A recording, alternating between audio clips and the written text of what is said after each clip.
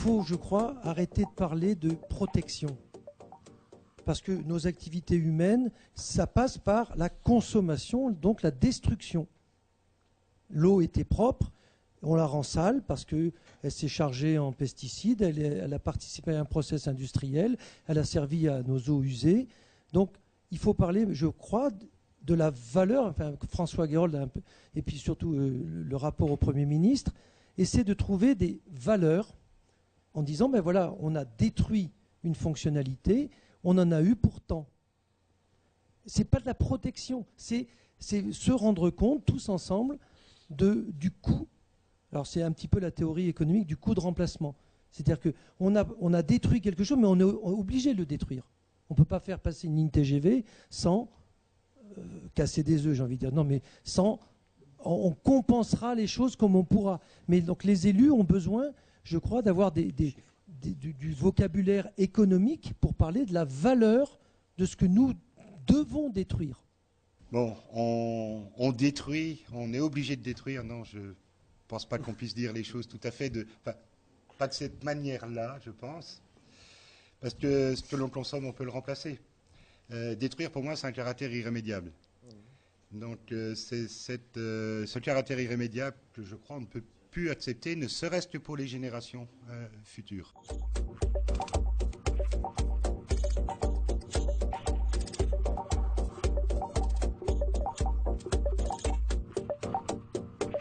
Il y a l'instruction technique d'un investissement, d'un choix public et la décision politique. Bon, la décision politique, elle restera politique, ce qui veut dire que l'instruction technique du dossier ne s'impose pas aux politiques, et c'est normal dans un pays démocratique. Bon. Mais dans l'instruction technique, effectivement, le fait de dire « regardons dans un investissement », alors ça peut être un grand canal, ça peut être une autoroute, une voie TGV, etc. Regardons tout ce qu'on va gagner, tout ce qu'on va perdre.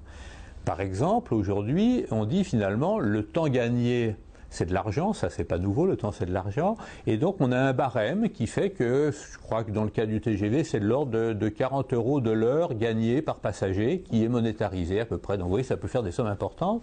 Et puis on va aussi, et on a des barèmes, dire combien on va économiser en termes de sécurité, combien est-ce qu'on va diminuer le nombre d'accidents, en particulier sur des autoroutes par rapport à des voies à 3 ou 4 voies.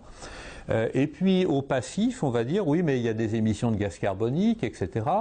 Et jusqu'à maintenant, eh bien, dans ces barèmes, on n'avait rien pour la biodiversité, on mettait 0.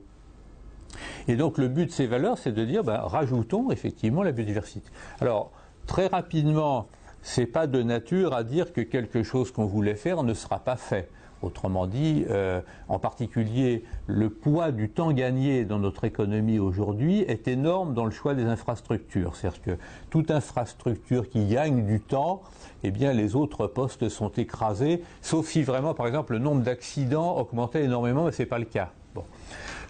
Mais par contre, lorsqu'on aura le choix entre des tracés alternatifs, qui feront gagner peut-être 3-4 minutes, mais qui éventuellement mangeront davantage sur des zones intéressantes en termes de biodiversité. Là, ça peut intervenir, et puis ça peut intervenir, et j'y crois beaucoup, lorsqu'on va reparler de politique agricole dans peu de temps maintenant, puisqu'on va bientôt parler de la réforme de la politique agricole commune, et qu'on va se poser la question de différents modes d'agriculture ou de différents modes d'utilisation de l'espace, par exemple des prairies permanentes, des prairies temporaires ou des surfaces, des terres arables. Vous savez que les prairies temporaires, les prairies permanentes ont beaucoup diminué en France depuis pas mal d'années. Eh bien, on se rend compte effectivement que si on injecte dans le débat la valeur des services liés à ces milieux, eh bien, ça peut être de nature à modifier la hiérarchie de l'intérêt des différents types d'agriculture.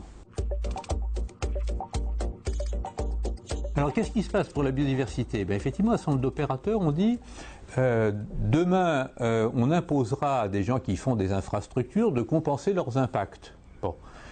Et ils auront le choix entre le faire eux-mêmes, c'est-à-dire j'ai détruit une mare à grenouilles, je dois reconstruire une mare à grenouilles, ou au contraire se tourner vers des opérateurs spécialisés qui auront ce qu'on appelle en termes un peu barbares des actifs environnementaux, c'est-à-dire des zones qu'ils auront acquis et restaurées, suivant un cahier des charges adéquat, et dans lequel ils pourront dire si vous voulez compenser votre impact, il faudrait mieux que vous achetiez ces zones déjà restaurées plutôt que d'essayer de faire vous-même ce qui n'est pas forcément votre métier. Aujourd'hui, on sait qu'il y a un grand opérateur qui s'est lancé dessus, c'est la Caisse des dépôts et consignations, qui n'est pas considéré quand même comme un spéculateur éhonté, mais qui gère bien quand même l'argent des collectivités locales. Aux États-Unis, ça fait plus de 30 ans que ça a commencé avec ce qu'on appelle le Clearwater Act en 72, avec toute une série d'opérateurs qui proposent effectivement des actifs environnementaux. Moi, mon point de vue, c'est que si ça permet, plutôt que d'avoir comme ça des petits morceaux un peu gadgets de biodiversité plus ou moins bien restaurés, si ça permet de regrouper tous ces actifs environnementaux sur des opérations cohérentes, par exemple, quand on parle de restaurer la continuité écologique entre les milieux, avec cette fameuse trame verte et bleue, eh bien, si on essaye effectivement d'avoir une planification et que toutes les obligations de compensation se concentrent sur cette zone d'aménagement, eh bien, ça peut être un outil puissant de structuration écologique du territoire.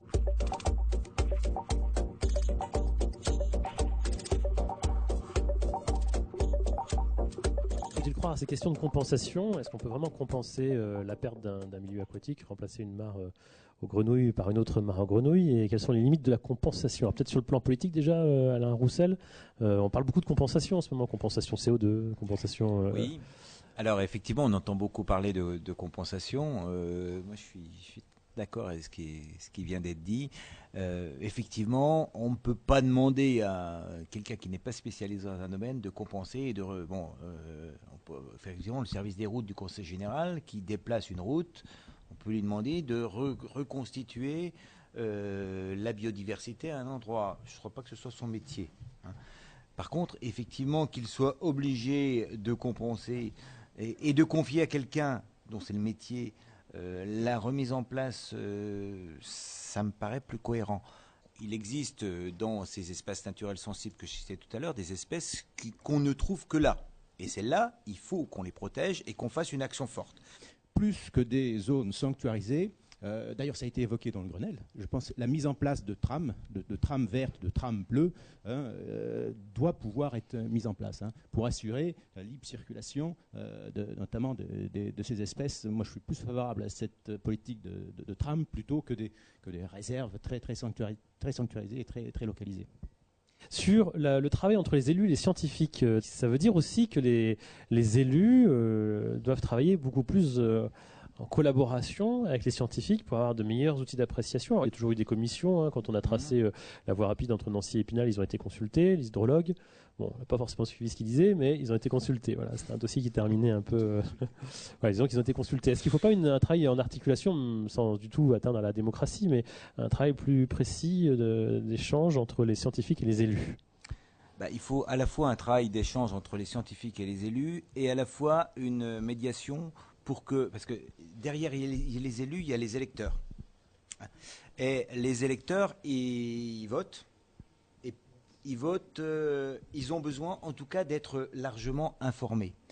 Je crois que la problématique est là. Le point de vue scientifique est très peu valorisé au niveau des élus. Je ne cacherai pas, parce que le discours ambiant, c'est on va nous imposer un déplacement de la voirie qui va nous coûter tant.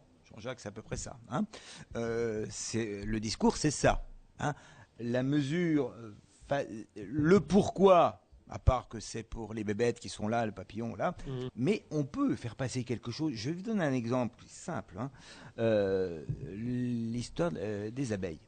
Quand les apiculteurs ont fait passer le message, et plutôt bien, aux élus, que les abeilles étaient menacées, que derrière il y avait toute la pollinisation, tous les problèmes de la pollinisation, c'est un message qui est passé très fort au niveau du tout public. Et quand j'ai proposé au Conseil général qu'on ne fauche plus les bords de route que sur 1 mètre, 1,50 m et pas les talus, et que les talus on les fasse que au mois d'octobre à peu près, ça a été accepté. Alors que je pense que 2 ans avant, on aurait eu une révolution des pétitions dans le département en disant c'est dangereux, vous fauchez plus le bord de route, le Conseil général n'a plus de sous. Enfin, c'était une négligence. Alors que là, c'est un choix. Mais cette notion de l'abeille disparaît était passée, c'est un message qui est passé fortement, était passé dans le tout public. Et le fauchage au mois d'octobre, différencié, est passé très très facilement, enfin je pense. En tout cas, il n'y a pas eu de retombées majeures au niveau des élus au Conseil général. Chevassu évoquait tout à l'heure un exemple aux États-Unis qui est maintenant très connu, qu'on appelle l'exemple de la protection des monts Catskill. L'approvisionnement en eau potable de la ville de New York est un véritable casse-tête.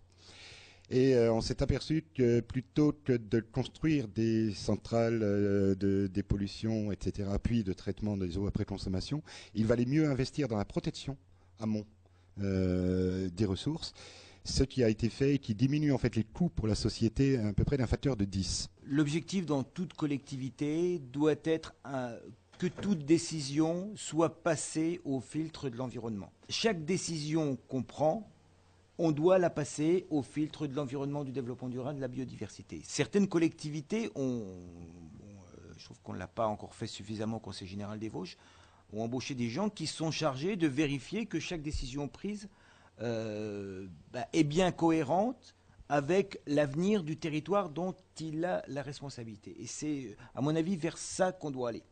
Merci beaucoup François Guérol pour votre intervention, Marielle Thomas également pour ce point sur les populations piscicoles, Alain Roussel pour votre témoignage en tant qu'élu sur toutes ces questions environnementales, et puis Marc Géin pour votre perspective dans le temps et votre bonne connaissance des milieux naturels. Merci beaucoup à l'association Les Eaux et les Hommes pour l'organisation de cette soirée. Merci à tous nos invités qu'on peut applaudir pour leur participation.